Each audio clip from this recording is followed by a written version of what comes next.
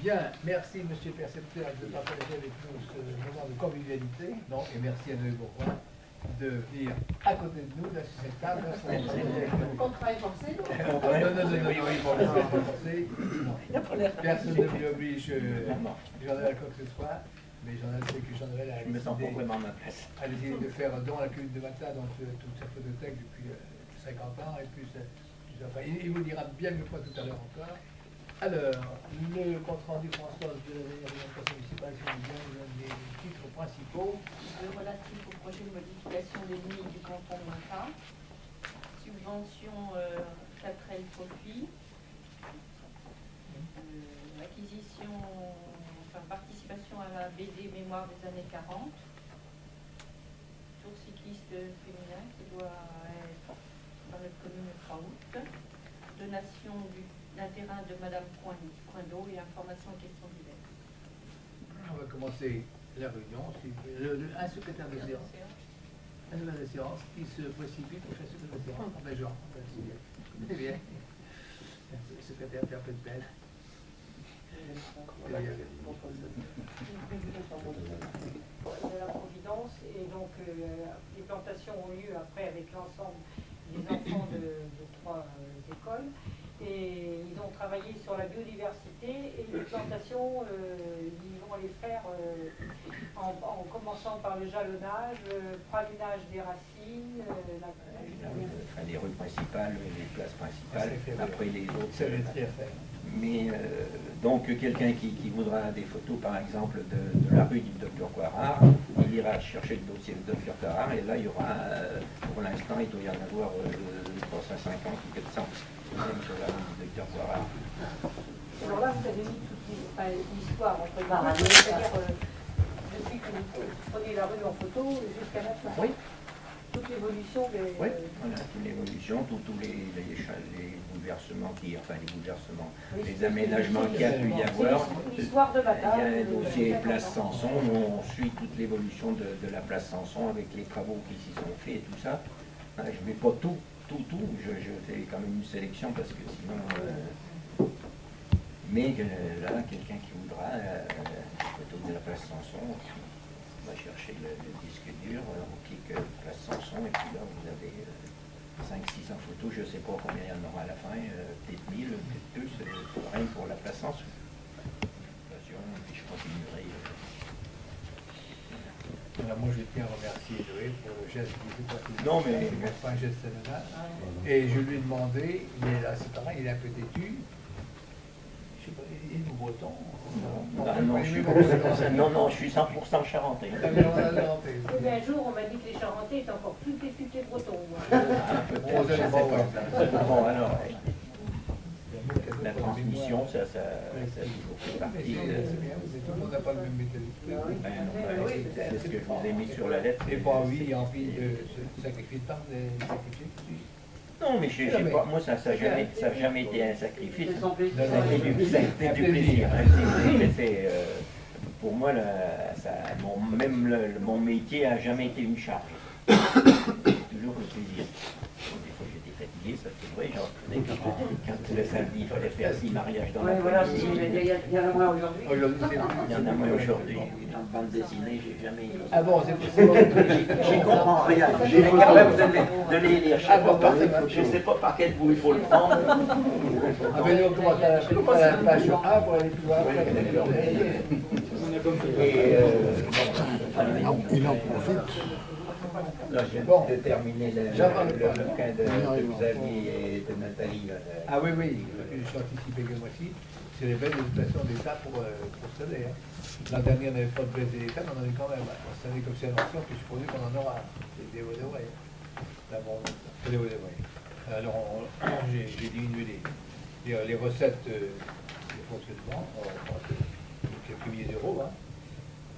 Et puis donc, des dépenses sur lesquelles nous avions l'an dernier commencé à mettre en place un nouveau système, ont porté leurs fruits en partie l'an dernier. Donc on a bien amené par rapport à ce qu'on avait prévu de faire de réalisation.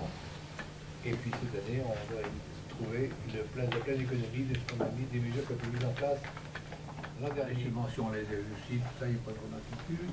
vous savez que dans quelques mois, parce que là, alors, au niveau des taux, des taux d'imposition, c'est 0%. Alors, mais parce qu'on vous le dira encore bien mieux que moi, c'est que la communauté de communes, je fais l'étude l'autre jour, va mettre en application ces nouveaux taux d'imposition pour l'ensemble de l'arrondissement, et il y aura donc des modifications de taux à la baisse sur les cotisations communales, qui seront compensées par la communauté de communes, puisque la règle du jeu, c'est qu'il y a une neutralité totale pour le contribuable donc de l'arrondissement. Donc il n'y aura aucune augmentation qui que ce soit. Alors, les communes, comme maintenant, on va baisser nos taux, puisque le taux global de la communauté de communes est plus important que ce qu'on avait sur notre avant, parce que vous avez les cantons comme Moulay, tout ça, etc., qui avaient des écoles, qui a fait que ça change automatiquement, mais nous serons compensés à l'euro près. On a eu tout l'étude de fonctionnement, il faut être clair. Bon, voilà. Alors, il faut dire merci. Là, je n'ai pas pu dire merci encore jusqu'à présent. Lui, de l'ATP, par rapport le budget de 2013, par rapport, je parle de 2013, 2014, ça va encore 30 millions de plus, le budget de 2013 par rapport au budget de 2008, il nous manque 300 millions dans la caisse. Voilà. C'est pas compliqué, c'est comme ça. Et il faut dire que tout va bien. Moi, je ne peux pas dire ça. Disons, sur le jour à rouler quand on avait une réunion, c'est pas possible. Hein. Alors, et puis on est compensé, et dans 20 ans, on aura toujours le même chiffre. Hein. Et là, en plus de ça, avec les changements de que des économies, puis qu'on a fait qu'une communauté du système actuellement, on a quelques misères de rentrer dessous, parce qu'on a quand tous les mois, on a 37 000 € de reversement d'ATP. Hein. On est la plus grosse TP après 5 ans pour les reversements. Hein. Et de loin. Hein. Parce que c'est nous qui avions l'économie la plus importante au niveau arrondissement, enfin, puis après 5 ans, hein, ça, mais 37 000 €. On a déjà 2 mois de retard, c'est 74 000 € qu'on en a vu, donc ça aussi, M. Pradi peut le dire aujourd'hui qu'il a fait des sous, mais il a poursuivi son cœur. Ah, mais c'est pour ça que je m'inquiète plus sur le système. Ils sont toujours pas arrivés. Le système est paraît très égalitaire, mais enfin, vu la somme, parce que c'est dans les pas loin des 500 000 € qui devraient revenir au niveau de la grande CDC sur Matin. Annuellement. La solution de compensation est d'environ 500 000 €. Sachant que bon, il y a l'usage qui va sur 18 ans, ou 13 ans, excusez-moi, il ne faudrait pas que dans 5 ans, il y ait un nouveau chamboulement. Alors, les dotations, elles sont fixées, elles ont été fixées et elles sont immuables. Ah, elles sont immuables, oui. Sauf changement de style, perte vraiment d'une société qui disparaîtrait complètement. Vous voyez, des changements vraiment, des bouleversements importants. Mais en dehors de ces cas-là, ces dotations ne... Voilà, et sur ce mandat, mais il faudra faire pareil aussi pour arriver à... Bon, mais à mon avis, il n'y a pas de souci, parce que je pense que les bâtiments, les investissements, les nouveaux bâtiments sont tous en bon cas. Ça devrait bien se passer, mais il n'y aura pas de collier à faire, il faut croire. Hein. Et je vous le dirai tout à l'heure, je vous engagerai à étudier les comptes rendus du conseil municipal depuis 100 ans, depuis 1900. Je me suis payé le plaisir de les étudier, et vous verrez que l'école du matin n'a jamais eu un rang d'avance depuis 1900. Alors, je ne sais pas si j'ai pas été au-delà, parce que ça serait un peu bizarre. En réalisation par les couleurs de l'antenne, ce sont donc les quelques peintres de l'association des couleurs de l'antenne qui vont réaliser cette fresque à la bibliothèque.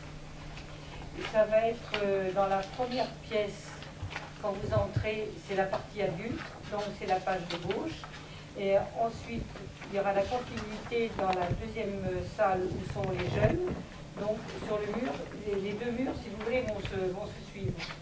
Donc, à gauche, c'est les livres adultes, et à droite, c'est ce qui concerne la lecture des jeunes. Sur tout le bassin d'antenne, et que le Symba fait son affaire pour les études, mais avec un peu de chance, si on avait regroupé comme il souhaitait, c'était un gars de la Charente qui risquait de prendre, par exemple, au pire, président du Symba, et qui nous aurait géré, nous, ici, c'était ingérable. C'était ingérable. De toute façon, c'était ingérable. Mais c'est la réalité à laquelle un chef d'entreprise de taille très moyenne est confronté tous les jours. Il va soit n'avoir pas le droit à l'improvisation, mais c'est une responsabilité permanente qu'il faut assumer. Alors, prenez le temps, je vous l'ai dit tout à l'heure, de consulter les délibérations des conseils municipaux ou la feuille de matin depuis 1900, et vous verrez que jamais la commune de Matla a eu des disponibilités financières. À chaque fois qu'il fallait un aire de terrain, il fallait des libérations pour acheter un aire de terrain. Tous les investissements réalisés depuis cette date ont toujours été à travers l'emprunt et l'augmentation des impôts était automatique pour l'année suivante. Depuis plus de 25 ans, nous avons beaucoup investi et les taux d'imposition n'ont pas varié. Alors oui, je revendique d'avoir géré la commune dans l'intérêt des habitants. Je vous rappelle que 60,5% des foyers fiscaux de notre commune ne sont pas imposables sur leurs revenus et j'ai toujours œuvré afin de les protéger. Les impôts de Matla sont inférieurs de 30% au niveau national et 68% si nous comparons avec la commune d'arrondissement qui a la même population que la nôtre. Nous avions le même taux d'application sur le Covid, nous avions 500 000 € de recettes fiscales d'habitants. Un peu d'inférieur à 30, on pourrait y dire qu'on roule sur là. Mais les habitants du secteur ne roulent pas sur là.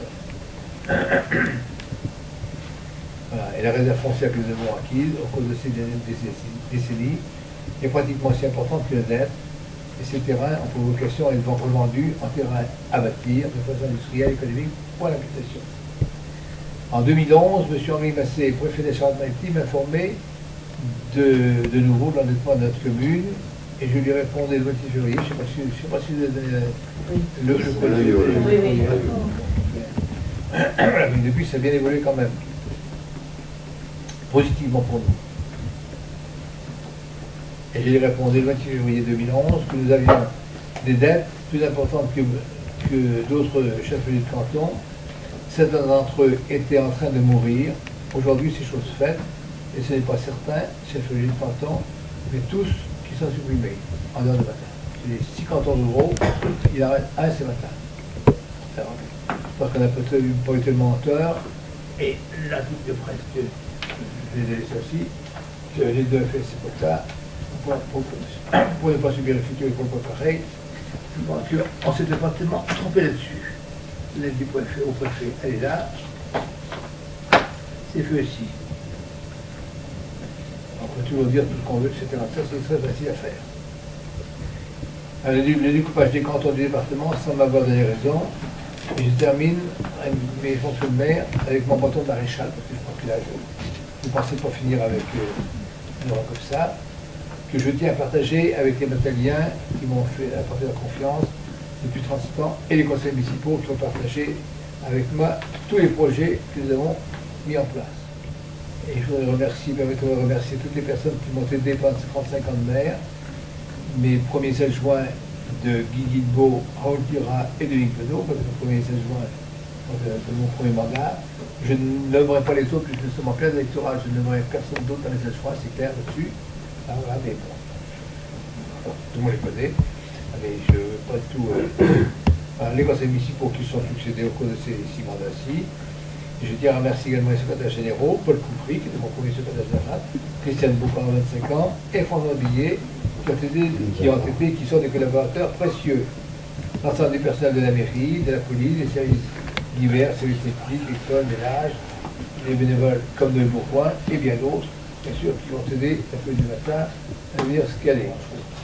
Donc en 1994, c'était donc 33% qui était la charge de l'impôt sur le budget de la commune.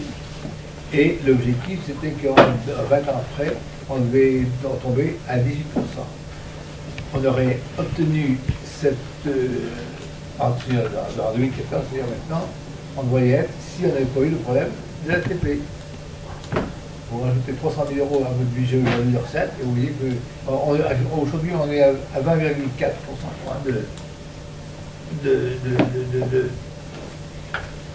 de taux de charge sur le fonctionnement. Et si on avait eu 300 000 €, on serait à peine à 18%. Donc l'objectif est que je m'étais fixé, je ne sais pas, à l'époque je ne suis pas parti à la tête baissée, ce serait n'importe quoi, j'ai commencé à approcher un truc. Donc en 2014, nous sommes à 20,4% la charge sur le budget. Le petit matin, frileux, le maire, il a commencé il y a 37 ans, avec ses adjoints, ses conseillers, ses secrétaires, à la mairie, le maire, pour obtenir des subventions, du département de la région. Il s'est démené tout le temps, et oui, tant mieux.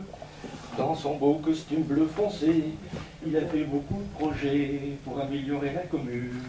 Le maire, dire qu'il va quitter la mairie, en pensant à tout ça, je me dis, il était un grand visionnaire, le maire. Il va profiter de la retraite en camping-car avec Henriette. Ils avaleront des kilomètres au vert.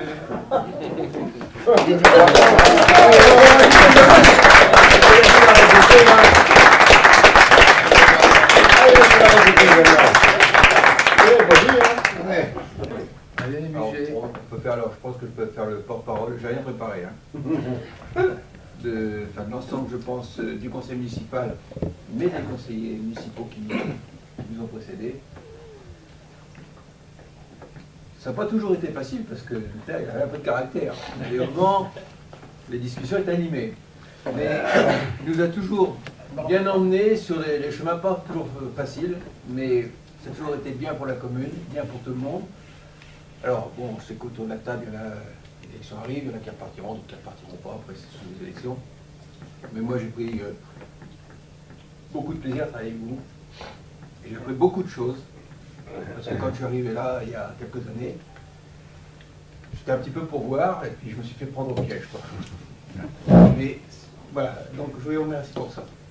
Et puis pour la commune, bien entendu, et puis au nom de tous les conseils municipaux. Alors, c'est un petit peu personnel ce que je vous dis, mais je pense que ça reflète bien l'ensemble des conseils municipaux que j'ai pu connaître. Je ne les ai pas tous connus, mais bon, c'est le troisième. Voilà, et donc moi je vous remercie de nous avoir emmenés sur ce chemin, et puis j'espère qu'après ça pourra continuer, surtout pour la commune. Là, je vais faire un petit truc personnel. Moi, quand je suis arrivé un matin en 83, il y avait une place. Pas dire minable, mais enfin, il y avait une espèce de lampadaire avec 3 lampes. Le soir, on ne voyait pas aller. Il y a des voitures dans tous les sens. On ne savait pas s'il fallait à droite, à gauche, pour les matchs de circulation qu'aujourd'hui. Je suis venu là, c'était mon premier poste. Hein. Au bout de 6 mois, j'avais qu'une envie, c'est de repartir. Je suis encore là. Et la commune a bien évolué. Et puis, j'ai maintenant envie de rester. Merci, c'est une bonne nouvelle. Merci. Merci pour votre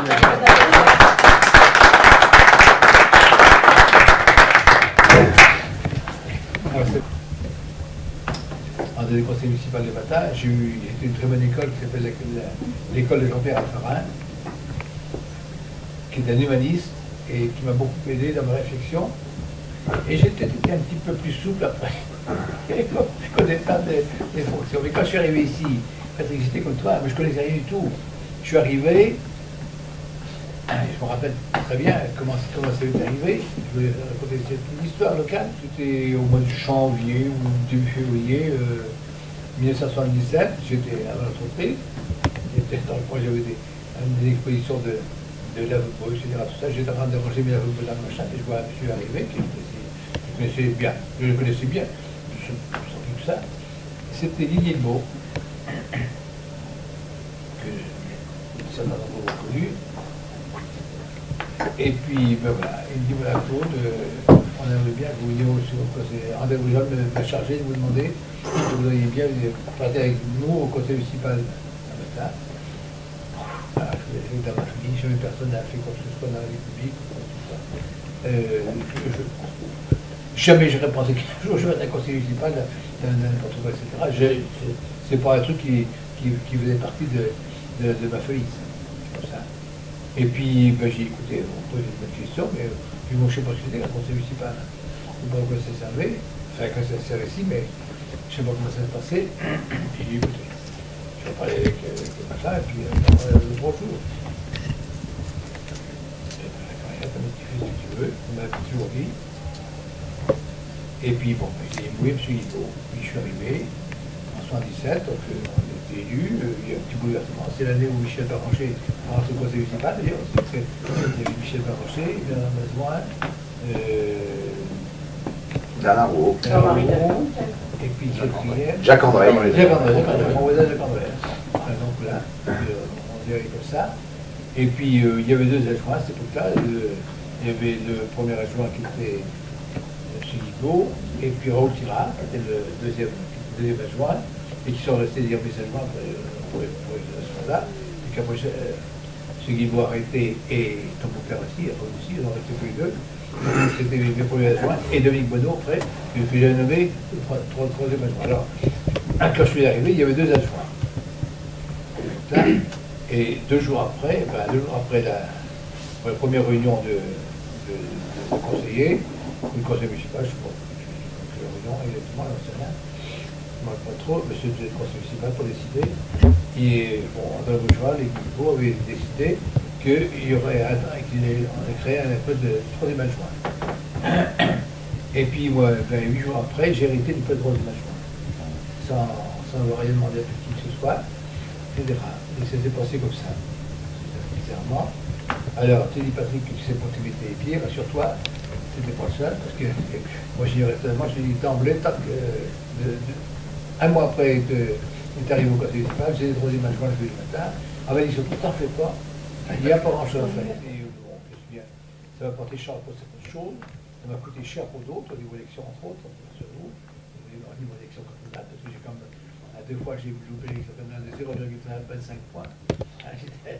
Contre Yves Livray, avec les gars, on s'est toujours très bien entendu. D'ailleurs, en 92, quand j'ai inauguré la mairie, là, j'étais à Yves Livray, la ville de Matard. Parce que Yves Livray, pour Yves Livray, j'étais son successeur. Il ne parlait pas de politique,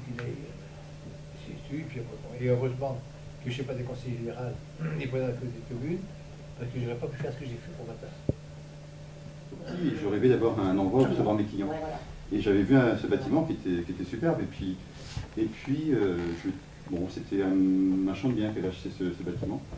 Et en me renseignant, il en voulait quand même assez cher. Et j'avais contacté M. Cal, M. Etafit, que vous avez dû connaître, la Chambre des métiers, qui, pour savoir si j'avais droit à des subventions, choses comme ça. Et il m'a dit, écoutez, la seule chose, c'est contacter la mairie de Matard. Vous verrez s'il y a une possibilité de faire quelque chose avec la ville. Et c'est ce que j'avais fait, j'étais trouvé sur la Mme j'ai rencontré Mme Beau, alors c'est vrai que sur le moment, ça m'avait un petit peu